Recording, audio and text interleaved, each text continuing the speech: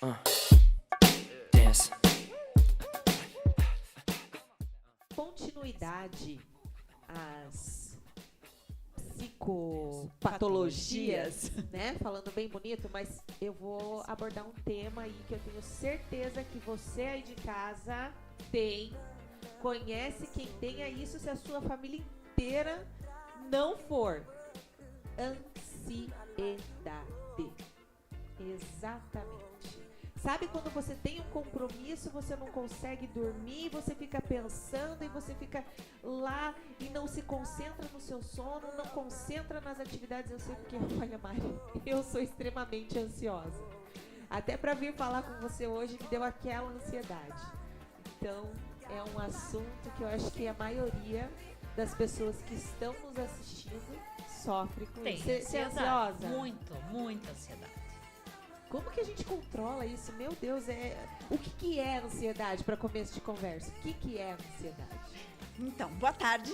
Boa tarde. Viu como eu tô ansiosa?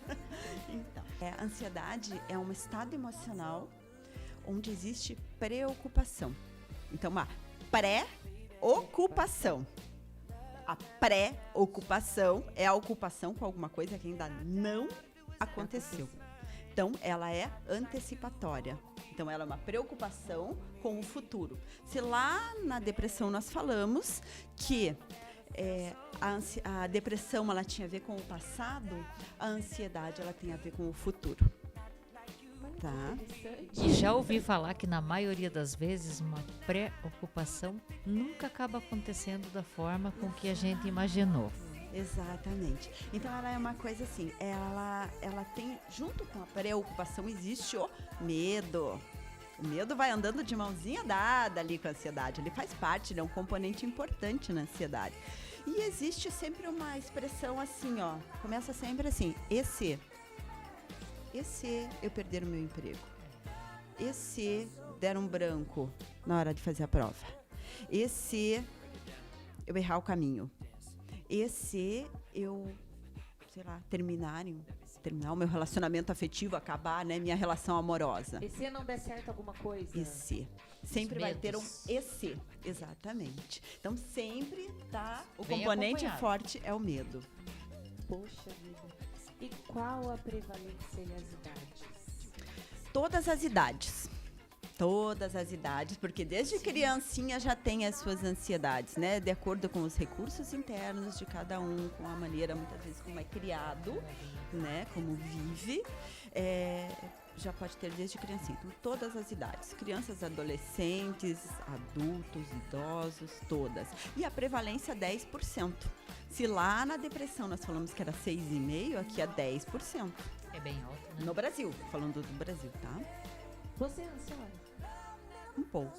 A gente pergunta, né? Porque ela trata Um pouco. disso. Não, mas a ansiedade... É que assim, o medo, ele tem um componente de proteção, né?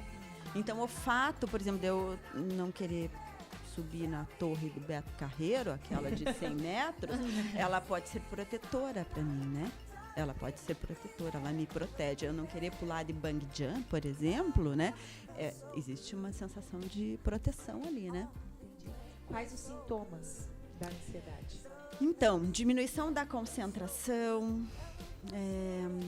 irritabilidade, o fato de impulsividade, andar muito, vamos lá, roer as unhas, questões muitas vezes, desconforto abdominal, boca seca, por aí vai. Você deve ter coçado a cabeça em casa. Puxa vida, eu tenho isso, eu tenho aquilo, que eu sei. Gente, Muita principalmente gente. na academia, como tem pessoas que vão lá para liberar essa ansiedade, porque Sim. atualmente o índice é gritante, né? E acontece assim também da pessoa ter problemas com concentração, com memória, medo de morrer, medo de enlouquecer. Porque a pessoa Medo começa de a não dar conta das medo coisas. de não dar conta das coisas, exatamente. De envelhecer também, né? Tem Sim. muita gente que comenta assim, eu tô envelhecendo, ou eu não queria chegar nos 40 porque eu tenho medo do que vai ser. Então, muitas vezes a pessoa pode apresentar agitação motora, pode a questão da evitação. A evitação é um sintoma muito clássico e que mantém muito a ansiedade. Porque a evitação é aquela coisa assim, eu tenho medo... Não é que eu não queira dirigir, assim, né?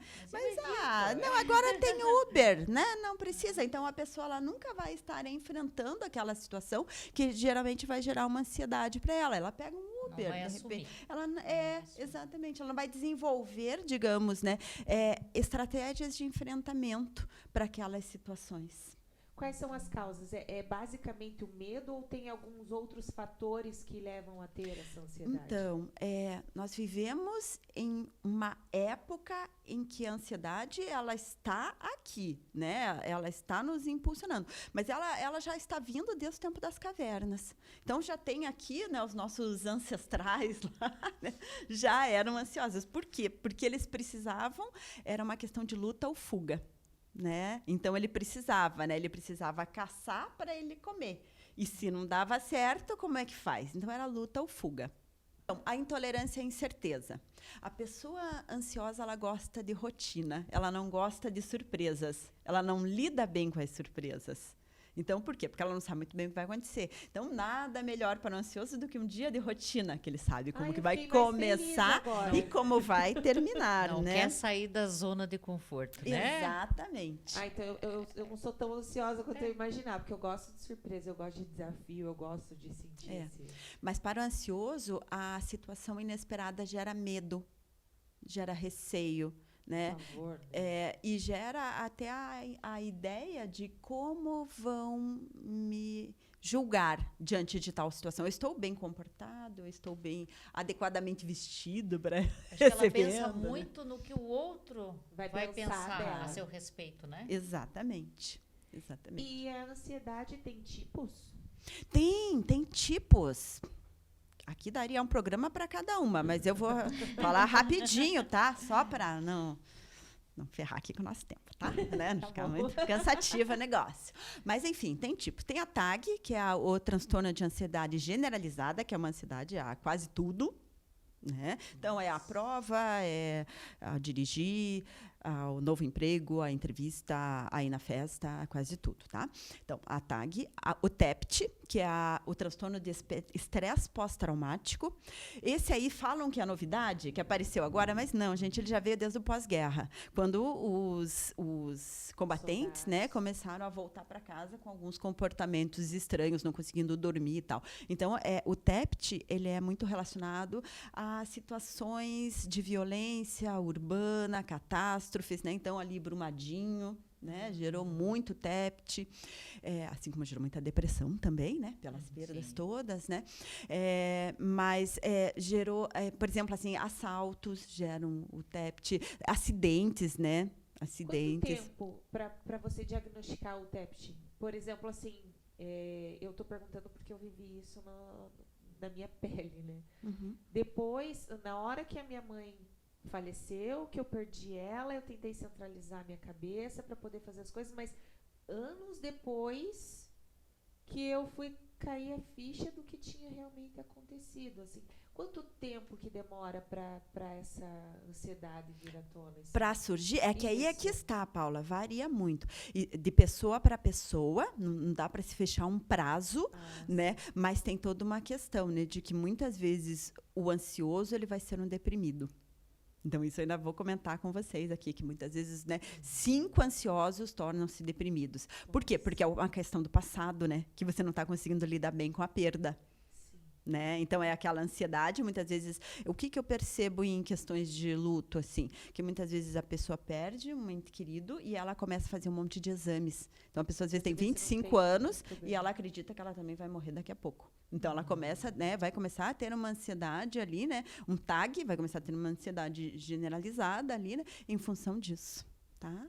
Então, assim, daí vamos lá. Tem o TOC, que é o transtorno obsessivo-compulsivo, que é as verificações, as contagens, o não poder pisar no risquinho. Fechei a porta, Fechei a porta muitas vezes. Vou voltar para ver se eu desliguei o ferro.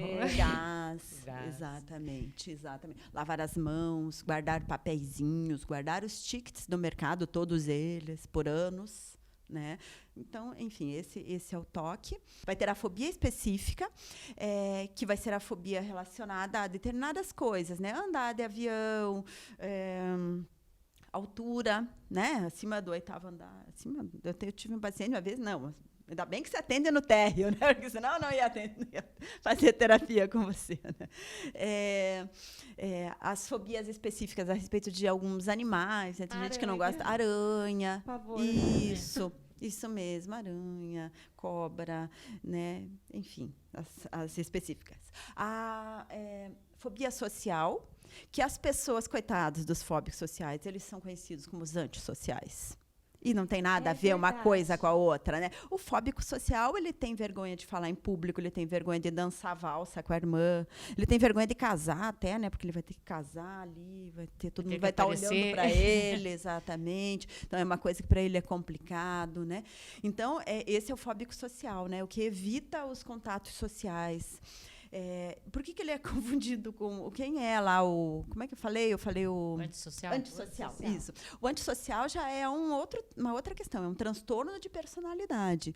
O antissocial é aquele que risca o carro, que joga pedra no cachorro quando é criança, né? É o malvado. É o malvado que, de repente, mais tarde, ele vai se tornar um delinquente, pode se tornar um marginal, alguma coisa assim. O fóbico social, coitado, não. Ele não tem nada de antissocial. Ele é só fóbico social mesmo. Né? Ele está estigmatizado aí, mas ele não é, ele é só... Né? E a gente tem esse preconceito também, né? Sim, Às sim. vezes é um fóbico social, aquele é metido, aquele não participa, aquele não quero papo porque é diferente. Os tímidos, né? Os tímidos, em geral, são fóbicos sociais e eles também são vistos como pessoas antipáticas, muitas vezes, né? E não é, né? Às vezes é só uma fobia social, é um medo da avaliação do outro. E tem também o pânico, né? O pânico é o paralisante, esse é o terrível, né? É aquele que realmente dá palpitação, que a pessoa trava, que realmente a pessoa não consegue ir além, né? Que ela acredita que vai morrer. Gente, pânico dura... O ataque de pânico, ele dura entre 5 e 20 minutos. E nós, na clínica, nós fazemos todo um treinamento com a pessoa para ela entender que ela não vai morrer, que são entre 5 e 20 minutos. Então, a gente até pode induzir, muitas vezes, na clínica, um ataque de pânico, para que ela entenda que, com a respiração, ela pode estar conseguindo ter o controle, obter novamente o controle do seu organismo. Nossa, que loucura. Meu Deus, é muita coisa. E como que é esse tratamento para ansiedade? Bom, a gente tem que primeiro analisar o impacto que está sendo na vida dessa pessoa. Porque, assim, você me perguntou, você tem ansiedade? Sim, mas é leve, entende? Então, assim, por exemplo...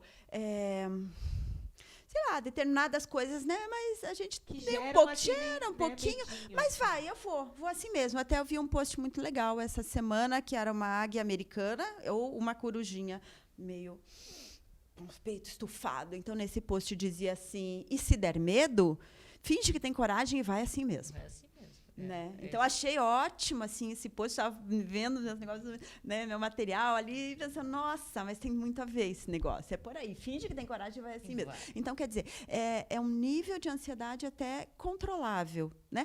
Sim, um pouquinho de toque até é bom, né, gente? A gente se torna perfeccionista no trabalho da gente, nas coisas da gente, né? Com os nossos afazeres, com os nossos compromissos. A pessoa que tem um pouquinho de toque, ela chega no horário marcado.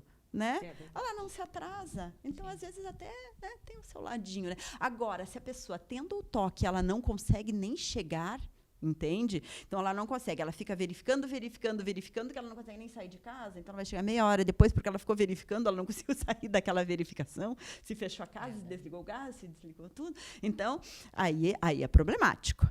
Então, a gente precisa estar analisando essas questões, tá? Então, o tempo que essa pessoa está apresentando esse sofrimento, se faz meses, semanas, anos, muitas vezes. Porque, como eu já falei nos programas anteriores, as doenças mentais têm todo o preconceito de procurar psicólogo, procurar psiquiatra, né? Então, varia muito, né, gente? Então, se a pessoa está sofrendo daquele mal há tanto tempo, as pessoas já estão percebendo, então a gente precisa dar uma analisada nessa situação. E geralmente tem mais pessoas envolvidas na família também, né? Porque às vezes é a questão do comportamento aprendido. É, né? Então a gente sempre comenta, né, que muitas vezes pais ansiosos, eles vão gerar uma super proteção em cima dos filhos. Então vai gerar filhos ansiosos e inseguros, né? Então ou gera uma depressão ou gera essa ansiedade também, né? Né, por conta de exatamente, é um comportamento aprendido muitas vezes, né?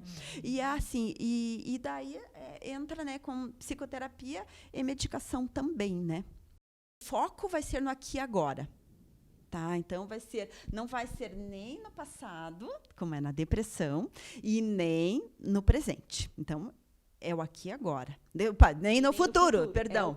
É o presente, exatamente. O foco é no aqui e agora. Então, a gente vai fazer com que a pessoa perceba esses pensamentos disfuncionais. A história do modelo cognitivo. Situação de vida, como eu penso, como eu sinto, né? Quais são os meus comportamentos diante e quais são as reações físicas que eu tenho, né? E se a pessoa, de repente, não aceita isso como uma doença, né? E ela não quer buscar esse tratamento. O que pode acontecer com essa pessoa? Que nem na depressão, a gente chegou a comentar até que tem pessoas que podem atacar contra elas mesmas, né? E na ansiedade, de repente, assim, a pessoa, ela vê que ela tem um certo nível de ansiedade, mas ela não busca tratamento. O que pode vir a acontecer com ela? Pode se tornar bastante crônica, pode se agravar muito mais, pode complicar muito. Então, a pessoa precisa buscar esse tratamento, né? Há necessidade. Se ela não tem a depressão, com certeza ela vai aliviar. Isso, exatamente. Porque, como eu falei, de cada 5 deprimidos, 4 foram ansiosos. Porque se um tem a ver com o passado, né? Então, assim, e um tem a ver com o futuro, esse futuro um dia vai se tornar passado. E aí a pessoa vai começar a pensar, né, naquilo que, de repente, ela deixou de fazer. A gente usa na psicoterapia também técnicas de mindfulness, que é a atenção plena. Então, é bem a concentração no aqui e agora. Para reduzir a ansiedade, também se recomenda as atividades físicas. Então, gente, já está comprovado que meia hora de caminhada, 3 vezes na semana, por 16 semanas, melhora nível de serotonina. Faz a mesma função que a sertralina, que é uma das medicações que são indicadas, nesse organismo. Então, é interessante. A gente também vai recomendar essa atividade física também. Fala comigo. Você está com ansiedade, me procura lá, que a gente já resolve esse problema. A atividade física não vai ser problema. Isso mesmo. E também entram as técnicas de relaxamento, de respiração, que a gente faz hoje. Inclusive, vi num programa de TV algumas técnicas de respiração lá, né, que eles estavam falando. Hoje é dia de relaxar, e estava lá algumas técnicas de respiração. Elas são muito eficazes na regulação de corpo e de mente. Muito legal. Pessoal, estamos então encerrando nosso segundo tema das nossas psicopatologias. Estou aprendendo a falar chique. E a gente já volta com outro tema bombástico para você. Você ainda não veio no espaço da Daniela Stendorf. Eu tô encantada, mulher. Não sei o que eu vou fazer. Vou ter que levar tudo para minha casa. Você Lindo. viu, Paula? Tá maravilhoso esse espaço. Então, esse ambiente que a gente está são os móveis da Casa da Fazenda.